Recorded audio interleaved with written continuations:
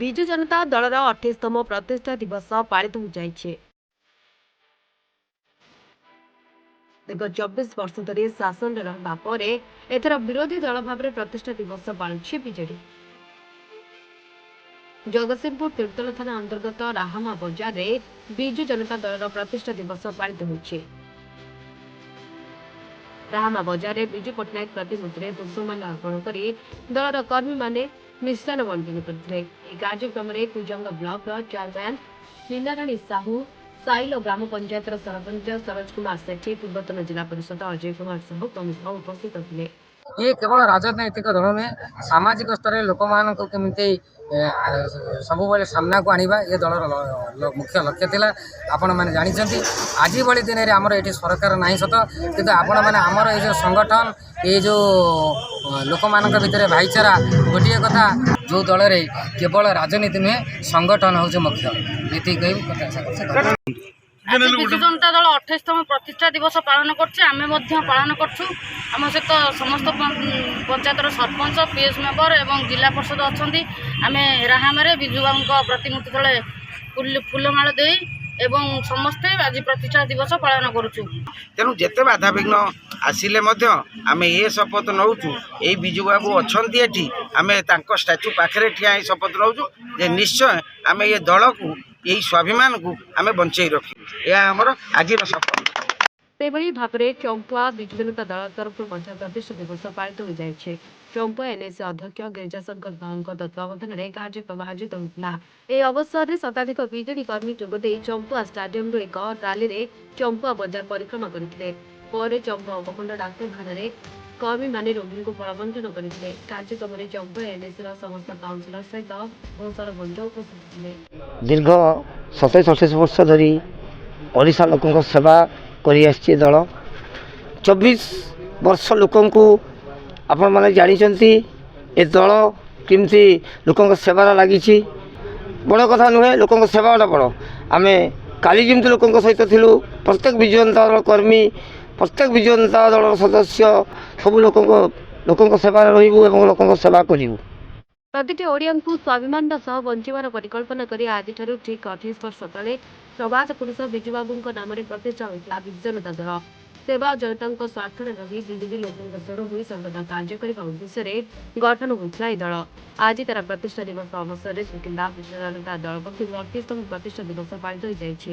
ପୂର୍ବତନ ମନ୍ତ୍ରୀ ଦିଗ୍ରଞ୍ଜନ ଘନାଇ ପ୍ରଥମେ ପ୍ରବାଦ ପୁରୁଷ ସ୍ୱର୍ଗତ ବିଜୁ ବାବୁଙ୍କ ପ୍ରତିମୂର୍ତ୍ତିରେ ପୁଷ୍ପମାଲ୍ୟ ଅର୍ପଣ କରି ଶ୍ରଦ୍ଧାଞ୍ଜଳି ଜ୍ଞାପନ କରିଛନ୍ତି।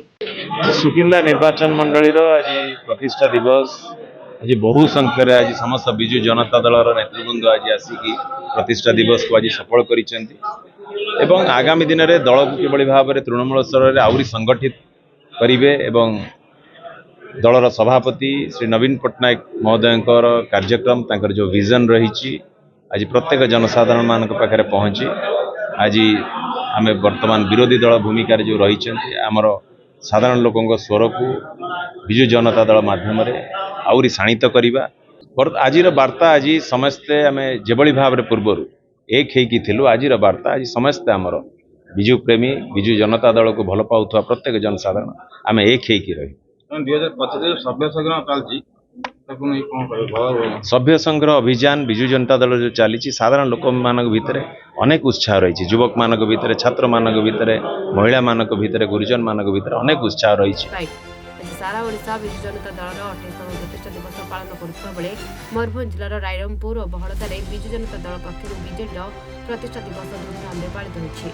आज 28तम आज प्रतिष्ठा विजु जनता दल प्रतिष्ठा दिवस रे आज रायरमपुर आज आमर दुर्गा मंडप ठारे आज आम समस्त पालन कर बहुत खुशी पालन करूँ।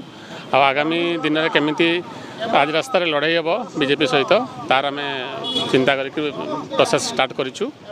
दलर निर्देश अच्छी से निर्देश को मानी आम किभली आम रायरमपुर निर्वाचन मंडल अल्प भोट्रे आम हारी जाइछु सुदृढ़ करूँ। आगामी पंचायत निर्वाचन एवं 2029 जो एमएलए इलेक्शन को जोरसोर जो लड़ाई हे से आम वर्तमान प्रस्तुत होगा ये अच्छे।